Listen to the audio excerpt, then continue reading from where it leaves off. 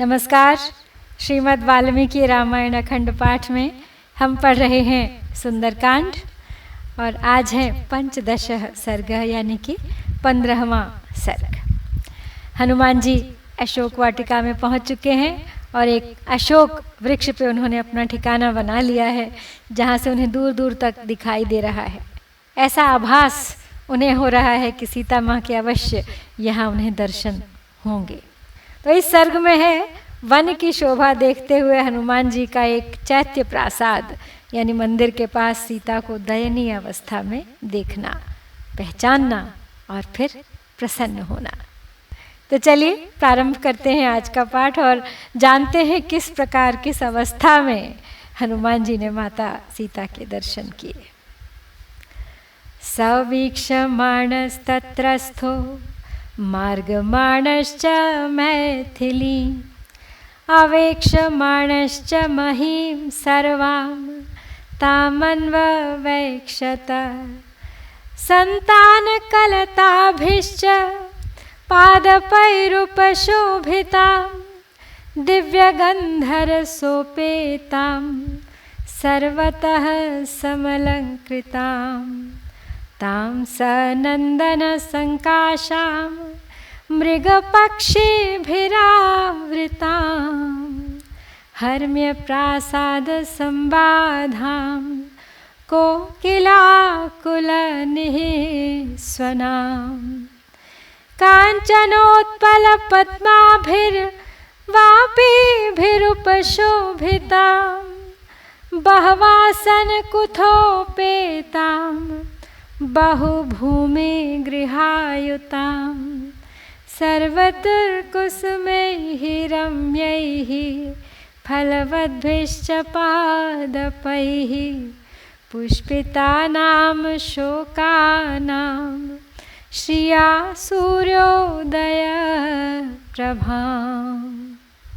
उस अशोक वृक्ष पर बैठे बैठे हनुमान जी संपूर्ण वन को देखते और सीता को ढूंढते हुए वहाँ की सारी भूमि पर दृष्टिपात करने लगे। वह भूमि कल्प वृक्ष की लताओं तथा वृक्षों से सुशोभित थी, दिव्य गंध तथा दिव्य रस से परिपूर्ण थी और सब ओर से सजाई गई थी। मृगों और पक्षियों से व्याप्त होकर वह भूमि नंदन वन के समान शोभा पा रही थी। अट्टालिकाओं तथा राजभवनों से युक्त थी तथा कोकिल समूहों की काकली से कोलाहलपूर्ण जान पड़ती थी। सुवर्णमय उत्पल और कमलों से भरी हुई बावड़ियाँ उसकी शोभा बढ़ा रही थीं। बहुत से आसन और कालीन वहाँ बिछे हुए थे। अनेकानेक भूमि गृह वहाँ शोभा पा रहे थे। सभी ऋतुओं में फूल देने वाले और फलों से भरे हुए रमणीय वृक्ष उस भूमि को विभूषित कर रहे थे। खिले हुए अशोकों की शोभा से सूर्योदय काल की छटा सी छिटक रही थी। प्रदीप्तामिव तत्रस्थो मारुतिः समुदैक्षत निष्पत्र शाखां विहगैः क्रियमाणामिवासकृत् विनिष्पतद्भिः शतशश्चित्रैः पुष्पावतंसकैः समूलपुष्परचितैरशोकैः शोकनाशनैः पुष्पभारातिभारैश्च स्पृशद्भिरिव मेदिनीं कर्णिकारैः कुसुमितैः किंशुकैश्च सुपुष्पितैः सदेशः प्रभया तेषां प्रदीप्त इव सर्वतः पुन्नागाः सप्तपर्णाश्च चम्पकोद्दालकास्तथा विवृद्धमूला बहवः शोभन्ते स्म सुपुष्पिताः शातकुम्भनिभाः केचिदग्निशिखप्रभाः नीलाञ्जननिभाः केचित् तत्राशोकाः सहस्रशः नन्दनं विबुधोद्यानं चित्रम चैत्र रथम यथा। तो पवन कुमार हनुमान ने उस अशोक पर बैठे बैठे ही उस दमकती हुई सी वाटिका को देखा। वहाँ के पक्षी उस वाटिका को बारंबार पत्रों और शाखाओं से हीन कर रहे थे। वृक्षों से झड़ते हुए सैकड़ों विचित्र पुष्प गुच्छों से नीचे से ऊपर तक मानो फूल से बने हुए शोकनाशक अशोकों से फूलों के भारी भार से झुककर पृथ्वी का स्पर्श सा करते हुए खिले हुए कनेरों से तथा सुंदर फूल वाले पलाशों से उपलक्षित वह भूभाग उनकी प्रभा के कारण सब ओर से उद्दीप्त सा पुन्नाग, श्वेत कमल या नाग केसर जिसे कहते हैं, चितवन, चंपा तथा बहुवार आदि बहुत से सुंदर पुष्प वाले वृक्ष जिनकी जड़ें बहुत मोटी थीं वहाँ शोभा पा रहे थे। वहाँ सहस्रों अशोक के वृक्ष थे जिनमें से कुछ स्वर्ण के समान कांतिमान थे, कुछ आग की ज्वाला के समान प्रकाशित हो रहे थे और कोई कोई काले काजल की सी कांति वाले थे। वह अशोक वन देवोद्यान नंदन के समान, आनंददायी कुबेर के चैत्र रथ वन के समान विचित्र तथा उन दोनों से भी बढ़कर अचिंत्य दिव्य एवं रमणीय शोभा से संपन्न था। अतिवृत्तम इवाचिन्त्यम दिव्यम रम्य श्रियायुतम द्वितीयमेव चाकाशम पुष्पज्योतिर्गणायुतं पुष्परत्नशतैश्चित्रं पंचमं सागरं यथा सर्वतुर्पुष्पैर्निचितं पादपैर्मधुगन्धिभिः नानानिनादैरुद्यानं रम्यं मृगगणद्विजैः अनेकगन्धप्रवहं पुण्यगन्धं मनोहरं शैलेन्द्रमिव गन्धाढ्यं द्वितीयं गन्धमादनम् अशोकवनिकायां तु तस्यां वानरपुङ्गवः स ददर्शाविदूरस्थं चैत्यप्रासादमूर्जितं मध्ये स्तम्भसहस्रेण स्थितं कैलासपाण्डुरं प्रवालकृतसोपानं तप्तकाञ्चनवेदिकं मुष्णन्तमिव चक्षुंषि द्योतमानमिव श्रिया निर्मलं प्रांशु भावत्वादुल्लिखन्तमिवाम्बरं ततो मलिनसंवितां राक्षसीभिः समावृताम् उपवासकृशां दीनां निश्वसन्तीं पुनः पुनः ददर्श शुक्लपक्षादौ चंद्ररेखामिवामला। वो अशोक वन जो देवताओं के नंदन वन के समान था, कुबेर की चैत्ररथ वन के समान था, उससे भी अधिक विचित्र शोभा से संपन्न था। वो पुष्प रूपी नक्षत्रों से युक्त दूसरे आकाश के समान सुशोभित हो रहा था तथा पुष्पमय सैकड़ों रत्नों से विचित्र शोभा पाने वाले पांचवें समुद्र के समान जान पड़ता था।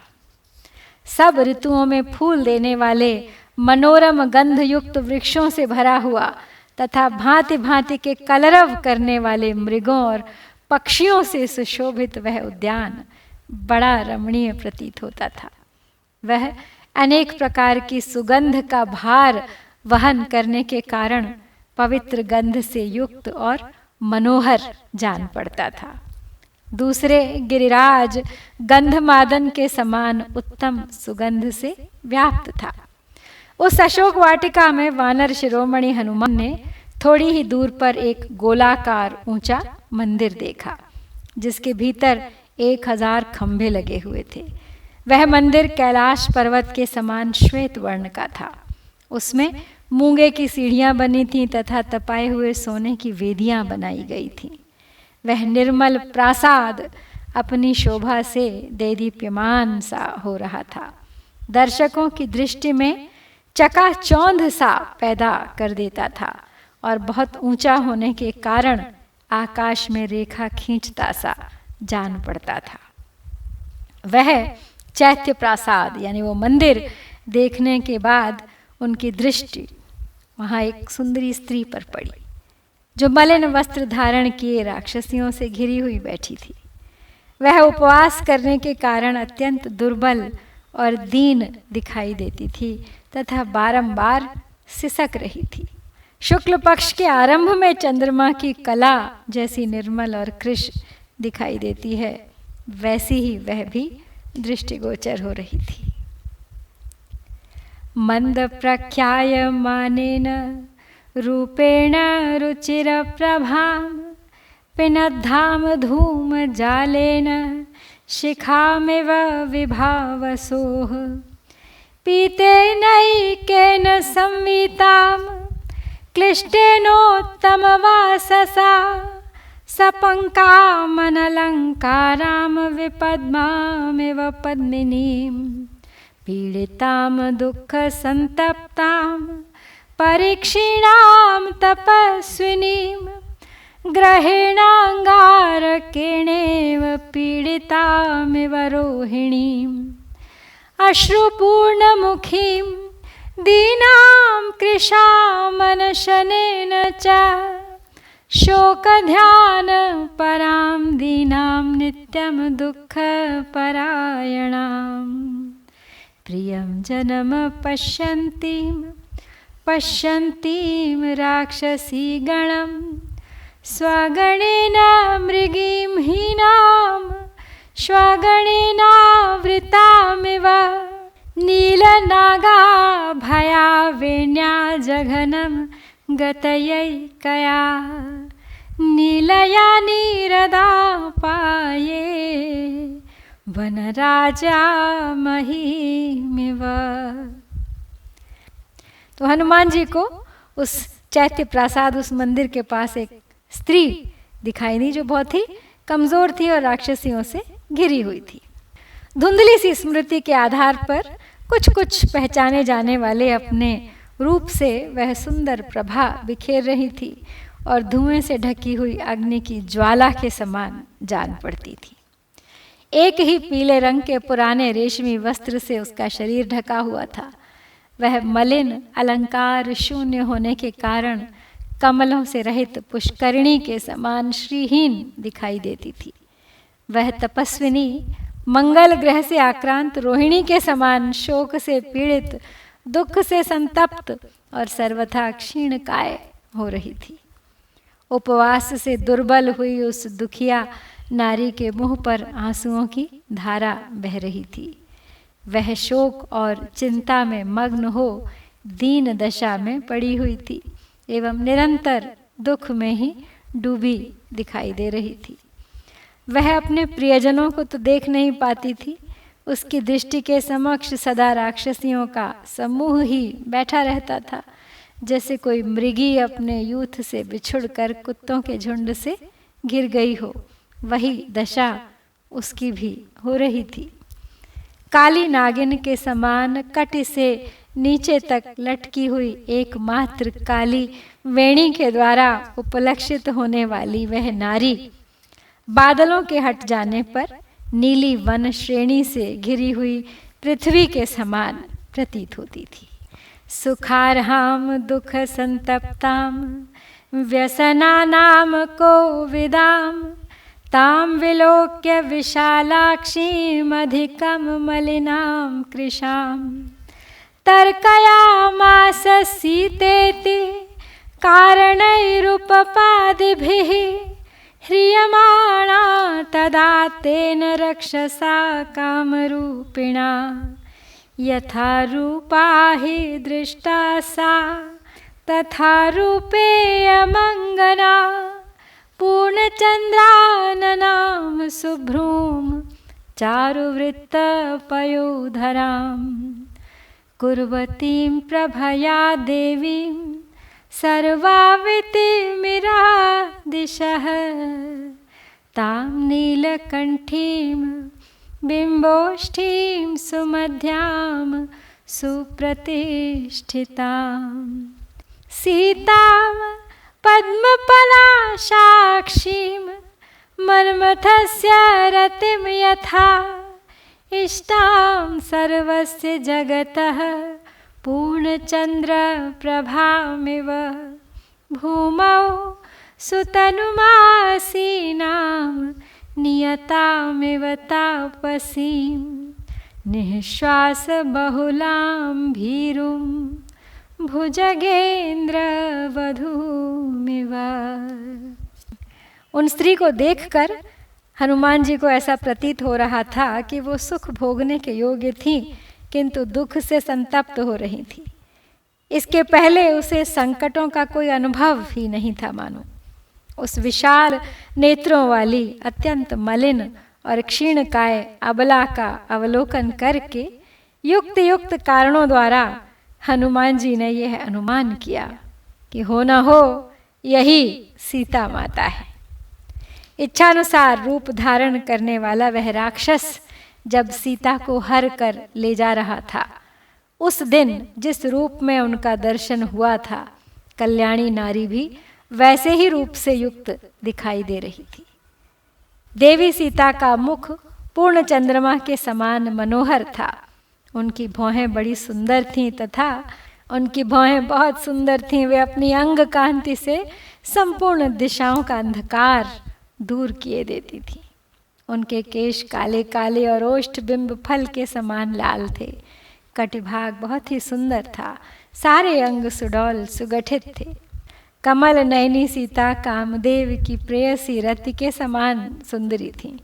पूर्ण चंद्रमा की प्रभा के समान समस्त जगत के लिए प्रिय थी। उनका शरीर बहुत ही सुंदर था। वे नियम परायणा तापसी के समान भूमि पर बैठी थीं। यद्यपि वे स्वभाव से ही भीरु और चिंता के कारण बारंबार लंबी सांस खींचती थीं, तो भी दूसरों के लिए वे नागिन के समान भयंकर थी। शोक जालेन महतां विततेन न राजतीं संसक्तां धूम जालेन शिखामिव विभावसोः तां स्मृतिमिव संदिग्धां वृद्धिं निपतितामिव विहतामिव च श्रद्धामाशां प्रतिहतामिव सोपसर्गां यथा सिद्धिं बुद्धिं सकलुषामिव अभूतेनापवादेन कीर्तिं निपतितामिव रामोपरोधव्यथितां रक्षो गणनिपीडिताम् अबलां मृगशावाक्षीं वीक्षमाणां ततस्ततः बाष्पाम्बुपरिपूर्णेन कृष्णवक्राक्षिपक्ष्मणा वदनेन प्रसन्नेन निःश्वसन्तीं पुनः पुनः मलपङ्कधरां दीनां मण्डनार्हां मण्डितां प्रभां नक्षत्रराजस्य कालमेघैरिवावृताम्। तो वो तपस्विनी स्त्री विस्तृत महान शोक जाल से आच्छादित होने के कारण विशेष शोभा नहीं पा रही थी। धुएं के समूह से मिली हुई अग्निशिखा के समान दिखाई दे रही थी। वे संदिग्ध अर्थ वाली स्मृति, भूतल पर गिरी हुई रिद्धि, टूटी हुई श्रद्धा, भग्न हुई आशा, विघ्न युक्त सिद्धि, कलुषित बुद्धि और मिथ्या कलंक से भ्रष्ट हुई कीर्ति के समान जान पड़ती थी। श्री रामचंद्र जी की सेवा में रुकावट पड़ जाने से उनके मन में बड़ी व्यथा हो रही थी। राक्षसों से पीड़ित हुई मृग शावक नयनी अबला सीता असहाय की भांति इधर उधर देख रही थी। उनका मुख प्रसन्न नहीं था। उस पर आंसुओं की धारा बह रही थी और नेत्रों की पलकें काली एवं टेढ़ी दिखाई देती थीं। वे बारंबार लंबी सांस खींचती थीं। उनके शरीर पर मैल जम गई थी। वे दीनता की मूर्ति बनी बैठी थी तथा श्रृंगार और भूषण धारण करने के योग्य होने पर भी अलंकार शून्य थी। अतः काले बादलों से ढकी हुई चंद्रमा की प्रभा के समान जान पड़ती थी। तस्य संदिदिहे बुद्धिस्तथा सीतां निरीक्ष्य च आम्नायानां योगेन विद्यां प्रशिथिलामिव दुःखेन बुबुधे सीतां हनुमान अलङ्कृतां संस्कारेण यथा हीनां वाचमर्थान्तरं गतां तां समीक्ष्य विशालाक्षीं राजपुत्रीमनिन्दितां तर्कयामास सीतेति कारणैरुपपादयन् वैदेह्यायानि चाङ्गेषु तदा रामोऽन्वकीर्तयत् तान्याभरणजालानि गात्रशोभिन्यलक्षयत् सुकृतौ कर्णवेष्टौ च श्वदंष्ट्रौ च सुसंस्थितौ मणिविद्रुमचित्राणि हस्तेष्वाभरणानि च। आगे कहते हैं हनुमान वर्णन करते हुए उनका कि अभ्यास न करने से शिथिल यानी विस्मृत हुई विद्या के समान सीता को देखकर हनुमान जी की बुद्धि संदेह में पड़ गई।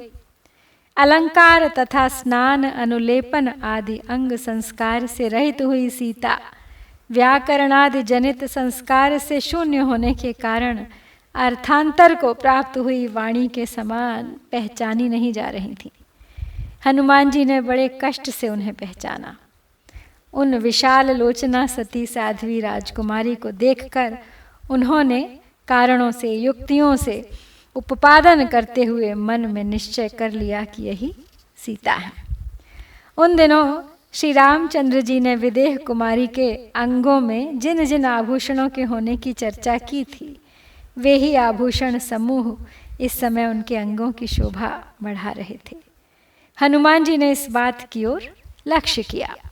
सुंदर बने हुए कुंडल और त्रिकर्ण नामधारी कर्णफूल कानों में सुंदर ढंग से सुप्रतिष्ठित एवं सुशोभित हो रहे थे।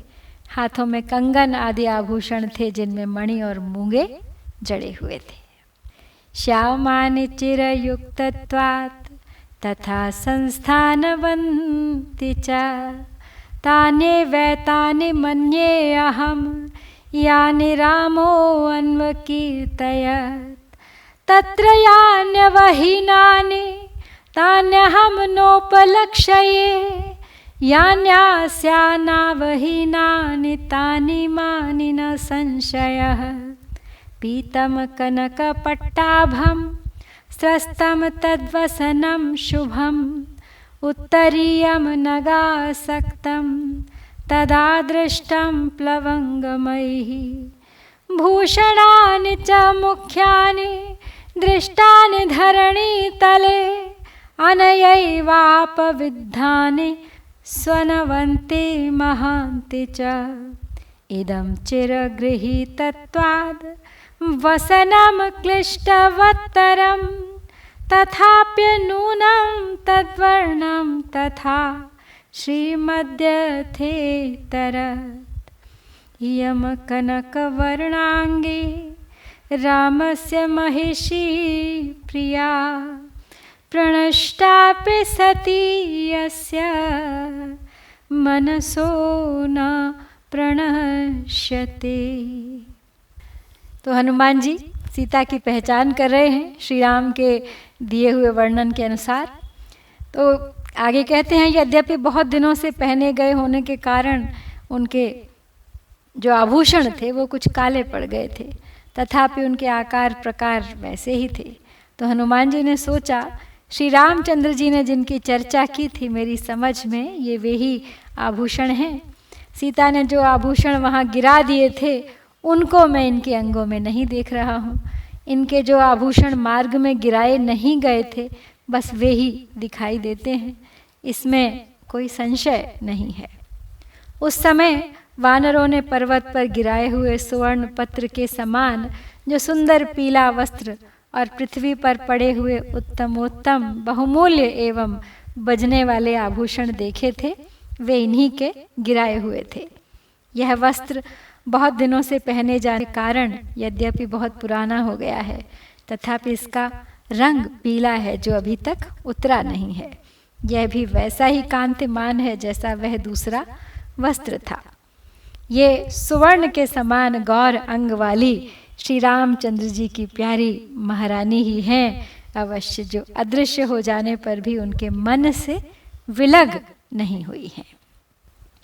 इयं सा यत्कृते रामश्चतुर्भिर्ह तप्यते कारुण्येन नृशंस्येन शोकेन मदनेन च स्त्रीप्रणष्टेति कारुण्यादाश्रिते तस्यानृशंस्यतः पत्नी नष्टेति शोकेन प्रियेति मदनेन च अस्या देव्या यथा रूपं अङ्गप्रत्यङ्गसौष्ठवं रामस्य च यथा रूपं तस्येयं सितेक्षणा अस्या देव्या मनस्तस्मिंस्तस्य चास्यां प्रतिष्ठितं तेनेयं सा च धर्मात्मा मुहूर्तम् अपि जीवति दुष्करं कृतवान् रामो हीनो यदनया प्रभुः धारयत्यात्मनो देहं न शोकेनावसीदति एवं सीतां तथा दृष्ट्वा हृष्टः पवनसंभवः जगाम मनसा रामं प्रशंस च तं प्रभुं। तो हनुमान जी को अब पूर्ण विश्वास हो गया है कि ये वे ही सीता हैं जिनके लिए श्री रामचंद्र जी इस जगत में करुणा, दया, शोक और प्रेम, इन 4 कारणों से संतप्त होते रहते हैं। एक स्त्री खो गई, यह सोचकर उनके हृदय में करुणा भर आती है। वह हमारे आश्रित थी, यह सोचकर वे दया से द्रवित हो उठते हैं। मेरी पत्नी ही मुझसे बिछुड़ गई, इसका विचार करके वे शोक से व्याकुल हो उठते हैं, तथा मेरी प्रियतमा मेरे पास नहीं रही, ऐसी भावना करके उनके हृदय में प्रेम की वेदना होने लगती है।